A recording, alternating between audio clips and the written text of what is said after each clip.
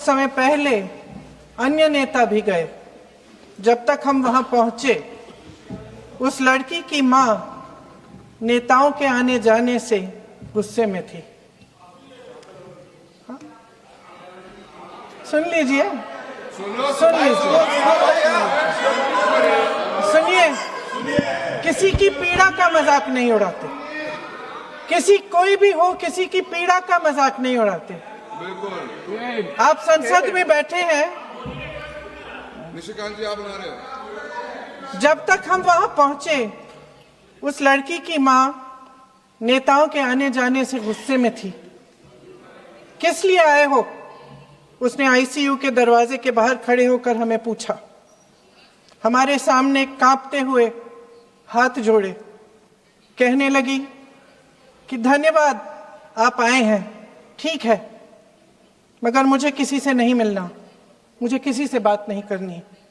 महोदय, उस मां की पीड़ा से उसका पूरा शरीर कांप रहा था, लेकिन उसने दृढ़ आवाज में कहा, सुबह से बड़े बड़े लोग यहां आ रहे हैं, एक के बाद एक वीडियो बना रहे हैं।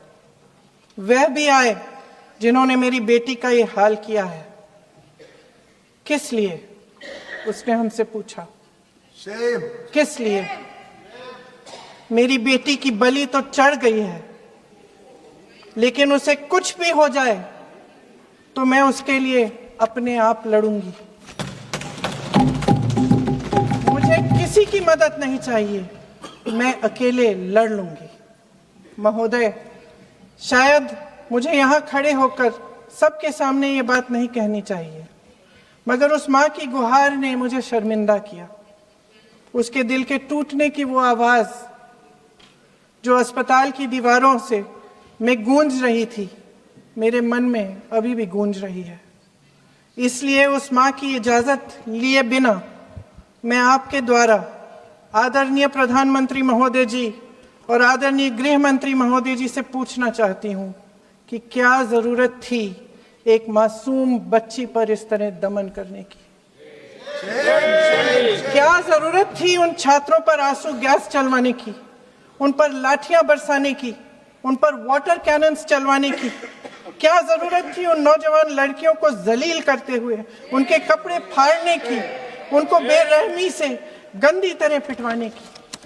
देश के युवाओं पर पैलेट गन्स और AK-47 चलवाने की क्या आवश्यकता थी? क्या वे आतंकवादी थे? क्या आतंकवादी हैं? टेररिस्ट हैं? हाँ, कांग्रेस बोल रही है। हाँ, कांग्रेस बोल रही है। जवाब दीजिए, जवाब दीजिए। कांग्रेस बोल रही है, जवाब मांग रही है, जवाब दीजिए।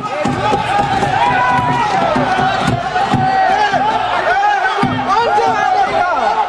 कौन जवाब देगा? गृह मंत्री जी जवाब देंगे। किसने ऑर्डर दिया?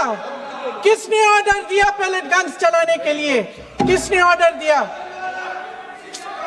आपके माध्यम से मैं पूछती हूं अध्यक्ष महोदय, किसने ऑर्डर दिया? प्रधानमंत्री जी ने दिया? गृह मंत्री जी ने दिया? जवाब देंगे? पूरा देश पूछ रहा है, सिर्फ कांग्रेस पार्टी नहीं पूछ रही है, पूरा देश पूछ रहा है। अध्यक्ष महोदय, देश के माता पिता पूछ रहे हैं, छात्र पूछ रहे हैं, अध्यापक पूछ रहे हैं, पूरा देश आज ये पूछ रहा है। और आपकी जिम्मेदारी बनती है कि आप इस सवाल का जवाब दें। क्यों डरते हैं आप इस देश के नौजवानों से? क्यों डरते हैं आप इस देश की बुलंद आवाज से? और उस आवाज को दबाने का हक आपको किसने दिया है? महोदय, ये सदन यहां बैठे हुए सांसदों की जागीर नहीं है, ये इस देश की अमानत है। यहां बैठे हम सब इस देश की जनता, इस देश के युवाओं, बुजुर्गों, गरीबों, अमीरों और सब धर्मों, सब वर्गों के देशवासियों के सेवक हैं। हम उनके प्रतिनिधि हैं और ये सत्ता हमें उन्होंने ही दी है। इस देश का संविधान हमारी सर आंखों पे, इस देश का लोकतंत्र सर्वोपरि है, इसे ध्वस्त करना पाप है। यह करोड़ों जनता हमसे सिर्फ एक चीज मांगती है, जवाबदेही। इंग्लिश में इसे अकाउंटेबिलिटी कहते हैं। हमें सत्ता देकर, हमें यहां तक लाकर सिर्फ उसकी ये गुहार है कि जो हम करें उसकी भलाई के लिए करें, और अगर उनके साथ अन्याय हो तो हम उनके प्रति जवाबदेह बने और उन्हें न्याय दिलवाएं। पिछले दिनों हजारों बच्चे सड़क पर उतरे, उन्होंने अपनी पीड़ा व्यक्त की। गांधी जी के दिखाए हुए रास्ते पर अहिंसा और सत्य को अपने दिलों में रखते हुए गाते मुस्कुराते हुए शांतिपूर्वक प्रदर्शन किया। लोकतंत्र के सबसे पवित्र सिद्धांत के तहत उन्होंने अपनी आवाज उठाने का अधिकार कायम किया। ये उस भारत के बच्चे हैं जो गांव में रहते हैं, जो महानगरों में रहते हैं, जो छोटे कस्बों में, छोटे शहरों में रहते हैं, जहां माँ अपने गहने बेच देती है, पिता अपनी जमीन गिरवी रख देता है, एक परिवार अपनी पूरी जिंदगी की कमाई बच्चे के सपने पर खर्च देता है।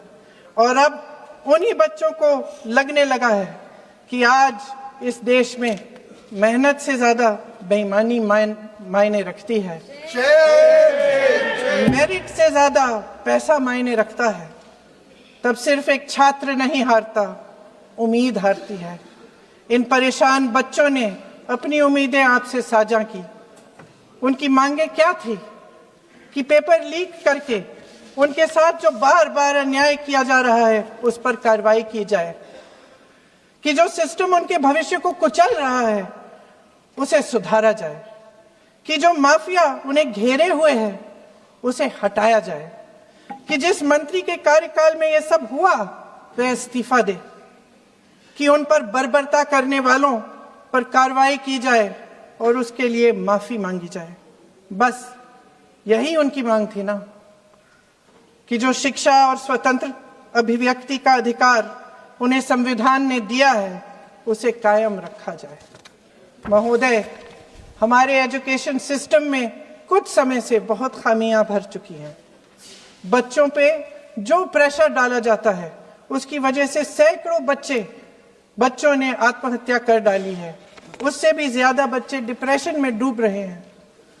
परिवारों पर बच्चों को पढ़ाने लिखाने के लिए घूस, capitation fees, tuition fees, coaching fees आदि के घिनौने दबाव हैं। लोन लेने पड़ते हैं, सामान बेचना पड़ता है, और उसके बावजूद कोई गारंटी नहीं कि उनके बच्चों के भविष्य मजबूत बन पाएंगे, क्योंकि बेरोजगारी चरम पे है। इस सरकार ने रोजगार पैदा करने वाले सभी सेक्टर्स को लगातार कमजोर किया। एग्जामिनेशन सिस्टम खुद फेल हो गया है। पिछले दशक में 152 पेपर लीक हुए, 750 करोड़ छात्र प्रभावित हुए, मगर एक भी दोषी, एक भी माफिया को सजा नहीं।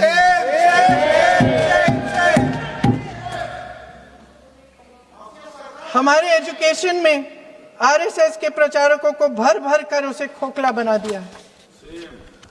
जबरदस्ती एनटीए बनवाकर सिस्टम का केंद्रीकरण करके उसे और भी उलझा दिया। देश के कुल बजट में, हाँ जी जबरदस्ती, आपने अभी अभी सुना तमिलनाडु के हमारे साथी क्या कह रहे थे। देश के कुल बजट में एजुकेशन बजट की हिस्सेदारी हर साल बढ़ाने की बजाय घटती जा रही है। 1.4 लाख करोड़ रुपया का पूरा बजट एजुकेशन बजट है, और 1.32 लाख करोड़ सिर्फ नीट देने वाले 22 लाख बच्चों के परिवारों से हर साल खींचा जाता है। एक और शर्मनाक आंकड़ा भी है। 1.4 लाख करोड़ रुपया हमारा पूरा एजुकेशन बजट, और 16 लाख करोड़ रुपए जो मौजूदा सरकार ने बड़े उद्योगपतियों के लोन माफ किए हैं। सोचिए कि इस सरकार की प्राथमिकताएं क्या है। सच ये है अध्यक्ष महोदय कि जिस तरह अस्पताल में उस छात्रा की मां का विश्वास पूरे सिस्टम से हट गया है, उसी तरह देश के युवाओं का भरोसा इस पूरे सिस्टम से टूट चुका है। और जब इस तरह देश के भविष्य, हमारे युवा निराश होकर सरकार और सिस्टम से अपना भरोसा हटा देते हैं, तो उस भरोसे को फिर से बनाने के लिए सिस्टम के अंदर से जवाब नहीं ढूंढा जा सकता। उसके दायरे से बाहर निकलना पड़ता है, नए सिरे से ठोस प्रयास करने पड़ते हैं। अफसोस की बात यह है अध्यक्ष महोदय कि इतना हो जाने के बाद भी आदरणीय प्रधानमंत्री महोदय जी और उनके साथी इस सच्चाई को समझ नहीं पा रहे हैं। वे अभी भी ये सोच रहे हैं कि पीआर, नैरेटिव चेंज और पालतू मीडिया के सहारे एक बार फिर उनकी नैया पार हो जाएगी। परसों शिक्षा मंत्री जी ने शर्मनाक परिस्थितियों में अपना इस्तीफा दिया और कल यहीं मकर द्वार पर मेरे सत्ता पक्ष के सांसदों ने जिंदाबाद के नारे चिल्लाते हुए उनका संसद में ऐसे स्वागत किया जैसे मानो कोई सुपरस्टार पहुंच गए हैं। विडंबना देखिए महोदय, जब भूतपूर्व शिक्षा मंत्री को मुकुट पहनाया जा रहा था, स्वागत हो रहा था उनका, तब महाराष्ट्र में एक परिवार पेपर लीक पीड़ित अपनी बेटी की आत्महत्या का शोक मना रहा था। आपकी सरकार ने देश के करोड़ों छात्रों को क्या संदेश दिया? आपको किस बात का गौरव है, किस बात का अभिमान है? ये कौन सा अहंकार है? जहां आंखों में शर्म होनी चाहिए वहां बेशर्मी और स्वागत के नगाड़े बजाए रह रहे हैं। एक तरफ मातम है, दुख है, यहां फूल माला डाल रहे हैं। कोई आप पर कैसे यकीन करे? प्रधानमंत्री महोदय जी ने नया शिक्षा मंत्री चुना, एक ऐसे व्यक्ति को इस पद पर आसीन किया जिसने एक गर्भवती महिला के बलात्कारियों की रिहाई पर अपनी सहमति व्यक्त की, खुशी जताई। देश की करोड़ों लड़कियों को प्रधानमंत्री जी ने क्या संदेश दिया? सर, अखबारों में है, अखबार में नहीं। मेरा कुछ भी बोल के चले जाते हैं क्या? अरे ये तो कैसा क्या है इनके पास? ऐसा ही कोई आरोप लगा दीजिएगा। कोई नियम कानून नहीं है।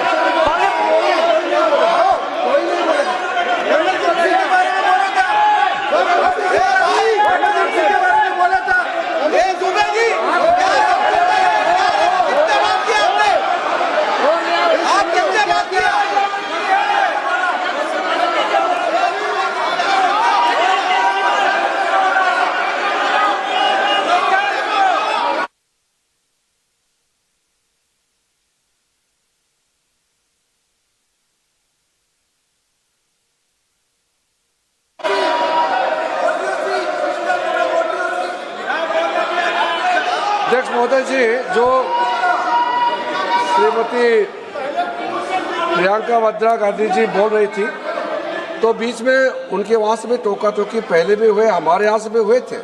अभी हम लोग तो शांति से सुन रहे हैं, लेकिन जो अभी अभी हमारे वर्तमान नए शिक्षा मंत्री को जो उन्होंने टिप्पणी की, कैरेक्टर असैसिनेशन है एक तरीके से संसद में, और इस तरीके के भाषा हम उम्मीद नहीं करते हैं। मैं इसमें प्रहलाद जोशी जी ने भी खुद कहा है, एक तो उन्होंने प्रियंका जी ने जो गलत बात कही है रिकॉर्ड पे, उसको रिकॉर्ड से हटा दिया जाए। दूसरा इस तरह का भाषा का इस्तेमाल ना करें। आपने डिबेट से पहले आपने अपील किया कि संसद में डिबेट का स्तर को नहीं गिराने चाहिए। उनके पार्टी के वो सीनियर लीडर है, वो पहली बार चुन के आए हैं, मगर उनके पार्टी में सीनियर है। जिम्मेदारी के साथ बोलना चाहिए। अगर पूरा ऑथेंटिकेट नहीं कर सकते हैं तो मैं ये मानता हूं कि उनको क्षमा मांगना चाहिए सदन से।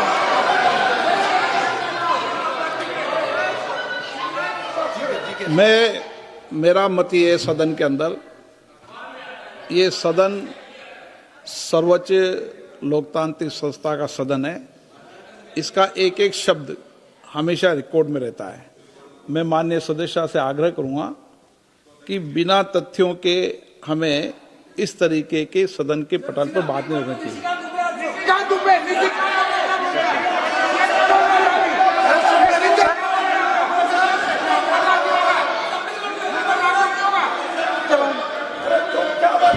ये तो डिलीट कर दिया, लेकिन आगे भी वो भी डिलीट करा सर। ये जो निशिकांत बोलता है वो भी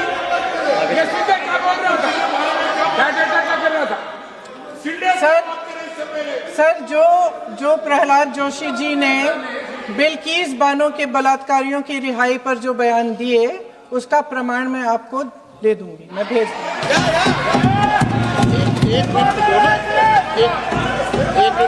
मैं ऑथेंटिकेट करूंगी। स्पीकर का डायरेक्शन 115, उनको पहले ऑथेंटिकेट करने के लिए सर, ऑथेंटिकेट करेंगे उसके बाद वो आगे बढ़ेंगे, ऐसा नहीं होगा। पहले ऑथेंटिकेट करने दो सर, उनको ऑथेंटिकेट करने के लिए कहिए, ऑथेंटिकेट करने कहिए उनको। एक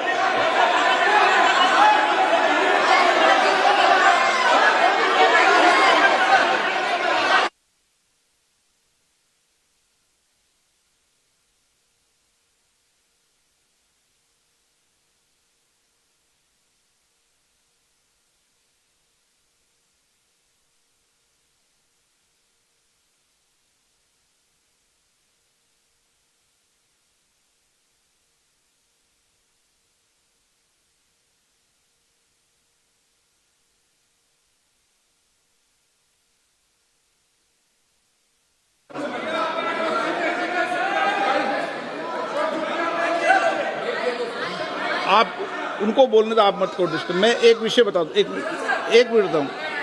नियम 353 के अंदर फिर मैं एक बार स्पष्ट कर दूं, किसी भी सदस्य द्वारा किसी भी व्यक्ति के विरुद्ध मानहानि या अभियोगात्मक प्रकृति का कोई आरोप नहीं लगाया जाएगा जब तक कि सदस्य ने अध्यक्ष और संबंधित मंत्री को पर्याप्त अग्रिम सूचना नहीं दे दी हो। यह व्यवस्था है।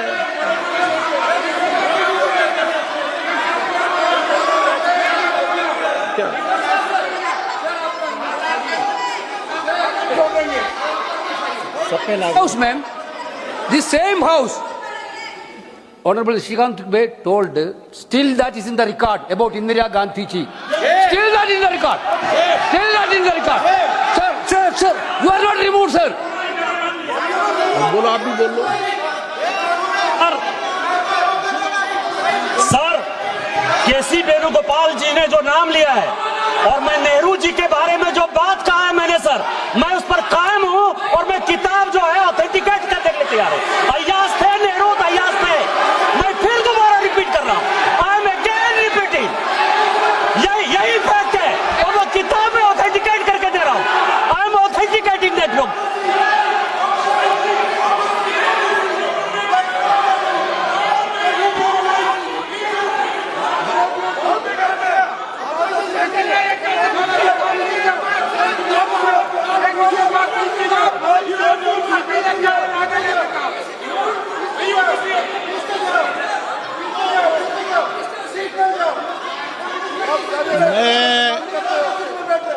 मैं जब आसन पर होता हूं, जो मैं व्यवस्था देता हूं, चाहे सत्ता पक्ष हो या प्रतिपक्ष हो, मैं समान व्यवस्था देता हूं। मैं जब आसन पर होता हूं,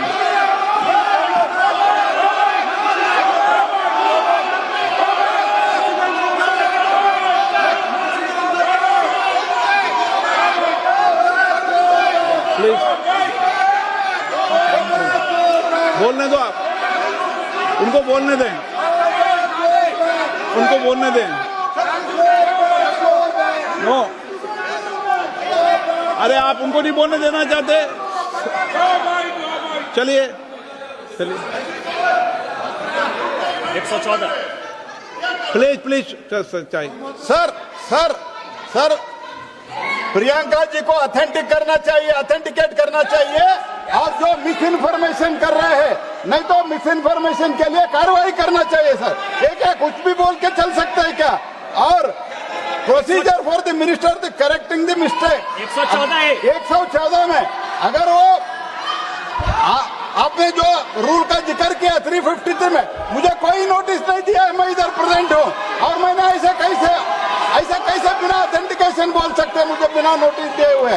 इसलिए मैं इसको खंडन करता हूँ और उसको एक्सपेल करना चाहिए और उनको माफी मांगना चाहिए।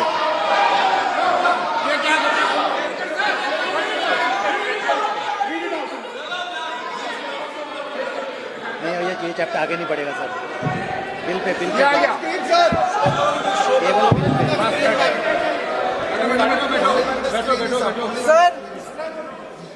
Sir, here is a newspaper माननीय article. सदस्य,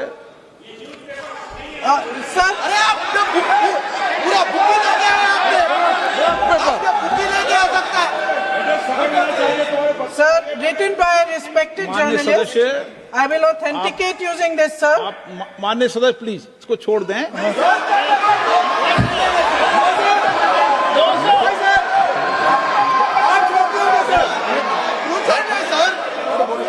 नहीं बात सर सर, अगर जोशी जी अपने बयान का इस खंडन कर विधेयक रहे पर ही हैं क्या? चर्चा होगी। आप इस बयान का खंडन कर रहे हैं क्या नहीं, जोशी जी माननीय से पूछेगा? सदस्य, मैं आपसे फिर आग्रह कर रहा हूं, इस सदन में इस विधेयक पर ही चर्चा होगी। फिर भी नो, ये विधेयक का विषय नहीं है। आप नो, आप बोलो तो विधेयक पर बोलो, ये मेरी अपेक्षा आपसे। प्लीज सर, कभी- छोड़िए, ये रख दो। इस विषय को छोड़िए।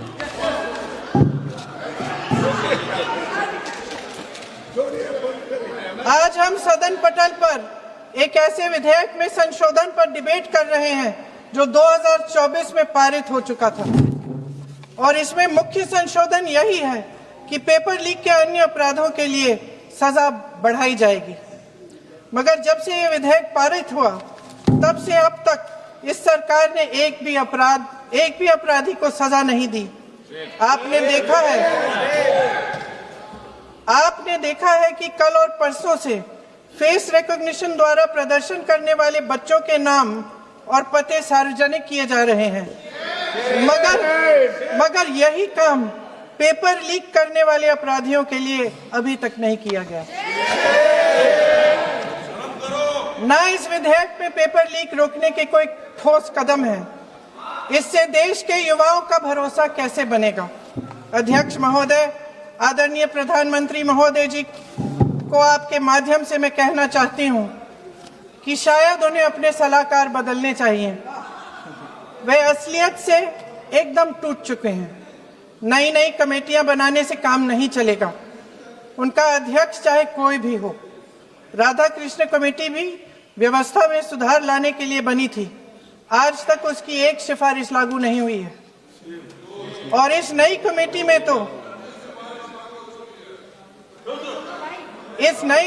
में तो एक एक्स-आईबी चीफ, फिर चिल्लाएंगे, एक एक्स-आईबी चीफ, एक आईटी कंपनी के मालिक और एक गौमूत्र के विशेषज्ञ भी हैं।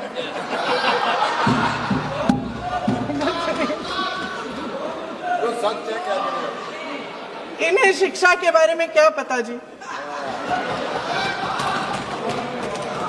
सर, सच है। आप आज मेरे से नाराज हो रहे हैं। मन मुस्कुरा लीजिए। तो आपने भी चुनाव लड़ा।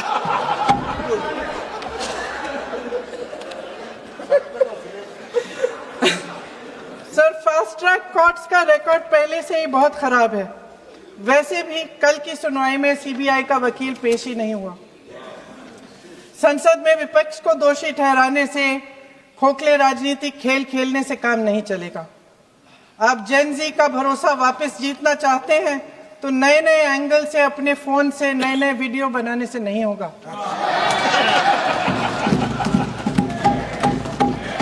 प्रधानमंत्री जी को कैमरे का एंगल नहीं, दिल का एंगल बदलना पड़ेगा। ये जेनरेशन जागरूक है, समझता है। झूठ पहचानने की उसकी अपार क्षमता है। इनका दिल और दिमाग जीतने के लिए आपको सच्चाई पर उतरना पड़ेगा। आपके शासन के चलते इस नौजवान पीढ़ी के साथ घोर अन्याय हुआ है, बर्बरता हुई है। इस सच्चाई को स्वीकार करिए। अपनी जिम्मेदारी से पीछे हटने से काम नहीं चलेगा। आदरणीय प्रधानमंत्री महोदय जी, आपको जिम्मेदारी लेनी पड़ेगी, ठोस कदम उठाने पड़ेंगे। शिक्षा विशेषज्ञों को इकट्ठा कीजिए, छात्रों, अध्यापकों, सभी स्टेक होल्डर्स को साथ लेकर, अन्य विचारधाराओं के थॉट लीडर्स के साथ गहरी चर्चाएं करवाकर एक नई शिक्षा प्रणाली तैयार कीजिए। मौजूदा नेशनल एजुकेशन पॉलिसी में 8 महीने तो एग्जाम चलते हैं, अध्यापकों को पढ़ाने का समय नहीं मिलता। सिर्फ आरएसएस के लोगों से भरने की बजाय सिस्टम को शिक्षित, एजुकेटेड, उन्नत और उदार दृष्टिकोण के लोगों से भी भरिए, जिनकी योग्यता सिर्फ उनकी विचारधारा न हो। रोजगार पैदा करने के सख्त कदम उठाइए, इस पर फोकस करिए। मेडिकल कॉलेजेस की संख्या बढ़ाइए, चिकित्सा शिक्षा का विस्तार कीजिए, ताकि ये बच्चे जो मेहनत कर कर के भी अपने भविष्य नहीं बना पा रहे हैं, एक उज्जवल भविष्य का सपना देख पाए। अध्यक्ष महोदय, छात्रों को सड़क से हटाया जा सकता है, लेकिन उनके सवालों को नहीं। हर लाठी जो किसी लड़की पर, किसी लड़के पर चली है, वे बच्चों की पीठ से ज्यादा सरकार की साख पर पड़ी है। देश के नौजवान न्याय मांग रहे हैं, भीख नहीं। वे यहां सरकार गिराने नहीं, अपना भरोसा बचाने के लिए आए थे। अध्यक्ष महोदय, आपके माध्यम से मैं सरकार को कहना चाहती हूं, अपनी साख बचाइए, अपनी नीयत ठीक करिए, अपनी अकड़ का इलाज कीजिए, अपने वादों पर अमल कीजिए। आपके शासन में हमने बड़ी बड़ी चोरियां देखी हैं। चुनाव में वोटों की चोरी, राम मंदिर में चंदा की चोरी, आपके उद्योगपति मित्रों द्वारा देश की संपत्ति की चोरी, किसानों की जमीन की चोरी, लेकिन सबसे बड़ी चोरी, हाँ ठीक है, सबसे बड़ी चोरी तब हुई। कहिए, बोलिए।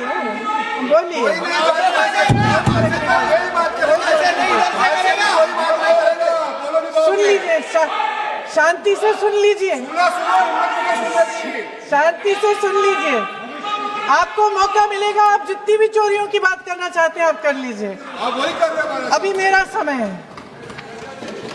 सबसे बड़ी चोरी तब हुई जब देश के नौजवानों के भविष्य, उनके सपने चुराए गए। भविष्य की चोरी, सपने की चोरी किसी भी चोरी से कहीं बड़ी होती है महोदय। अगर देश का युवा निराश हो जाए, अगर देश का युवा निराश हो गया, उसकी उम्मीद टूट गई, तो सबसे बड़ी हार भारत की हार होगी। और हम कांग्रेस और विपक्ष के लोग जान दे देंगे, मगर भारत की हार नहीं होने देंगे। सर, अब तो मुस्कुरा लीजिए, भाषण खत्म।